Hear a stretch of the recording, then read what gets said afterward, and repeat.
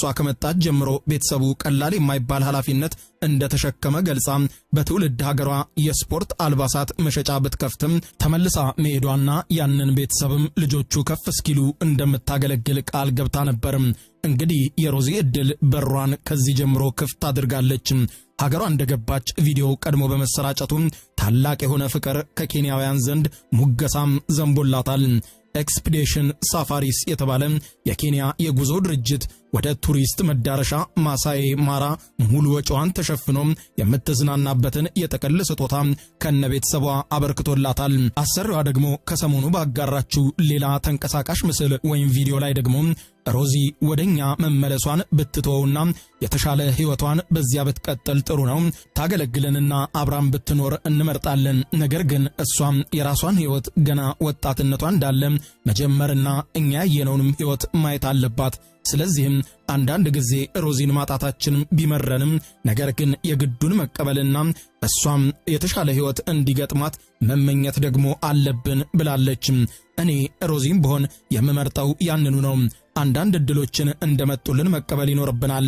በአሁኑ ሰዓት ሮዚ ሊባኖስ ከምትመለስ በእርግጥም በኬንያ ያላትን እድል የተሻለ ነው።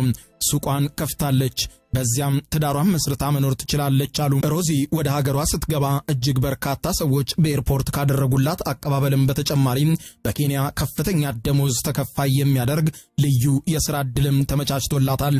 በተመሳሳይ ደግሞ ሁሉንም ያስደሰተው ነገር ካናዳ ነፃ የትምህርት ዕድል ቪዛ የሰጠቻት ሲሆን ወደ ካናዳ እንድትመጣም ካናዳ ጋብዛታለች።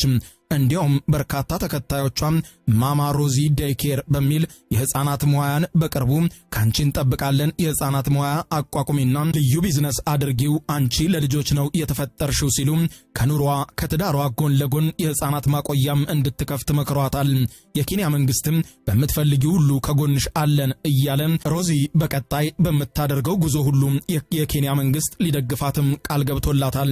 ሮዚ የልጆች እናት ስትሆን ትዳሯ ደግሞ እጅግ በአሳዛኝ ሁኔታ ፈርሶባታል። ሮዚ ሻንጣዋን ሸክፋ የተሻለ ኑሮን ፍለጋ ወደ መካከለኛው ምስራቅ ያቀናችበትን ኦክቶበር 2001ን ወደ ኋላ አሰብ ስታደርገው በወቅቱ ሩቅ ሄጄ የተሻለ ገንዘብን ለልጆቼ ከማምጣት በስተቀር አማራጭ አልነበረኝም ትላለች። ምክንያቱም ትዳሬ ፈርሶ ነበርና ልጆቼ ለመማርም ሆነ ለመብላት ገንዘብ ያስፈልጋቸው ነበር። ፈጣሪም እንባይን ተመልክቶ በጥሩ ቤተሰብ ባረከኝ። ልጆቼን ሁል ጊዜ አስባቸዋለሁ። ለዚህም ነው ልክ እንደ ልጆቼ አድርጌ ያሰሪዎችንም ልጆች የምንከባከበው በማለት ስለ ሁኔታው ታስረዳለች። እንግዲህ ይህንን የፈላጊና ተፈላጊ መገናኘት እንጂ ከቶ ምን ሊባል ይችላል?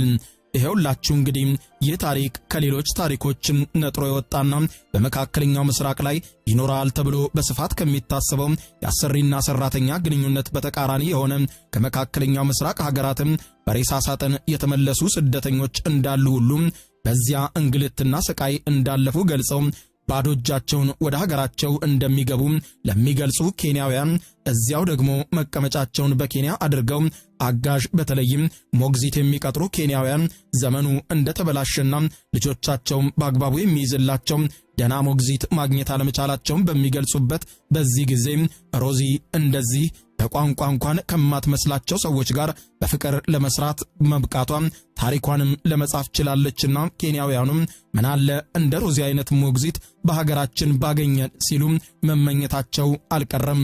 ሁላችሁ እንግዲህ ሰሞኑን በማህበራዊ ትስስር ገጽ ከተመለከትናት ሮዚ ጀርባ ያለው አስገራሚም አስደናቂም ጉዳይ ይህንን ይመስላል።